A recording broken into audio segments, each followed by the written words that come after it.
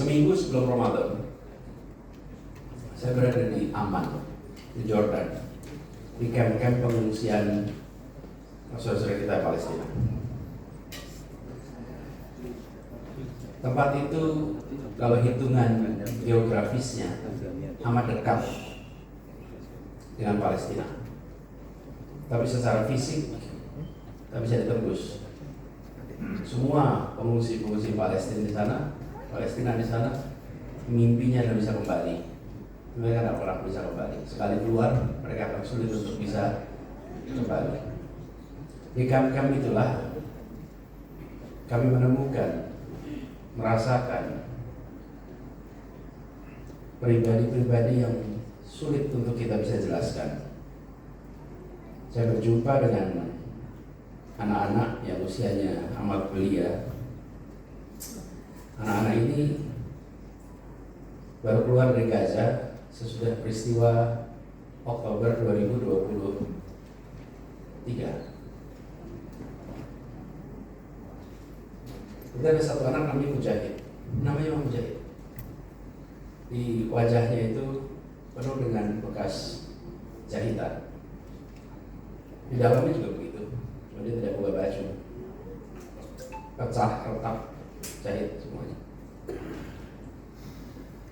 Usianya mungkin sekitar 10 tahun. Lalu saya ajak salam, kita bicara. Anak ini sudah mengalami trauma fisik, mental yang luar biasa. Lalu ketika saya tanya, kamu besar pengen apa? Dan dia jawab, saya pengen jadi tentara kemerdekaan Palestina.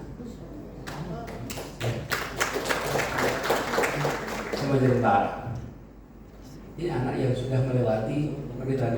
Saya bertemu dengan anak-anak sama seperti itu. Kemudian ketemu dengan ibu-ibu yang anak-anaknya sebagian tidak bisa diajak ke pengungsian karena harus dikuburkan. Datang ke situ. Dan tidak ada hal lain kecuali optimisme. Apa yang dikatakan? Saya bertemu seorang ibu. Ketika saya ketemu, saya juga usianya sekitar 45, hampir 50 kira-kira.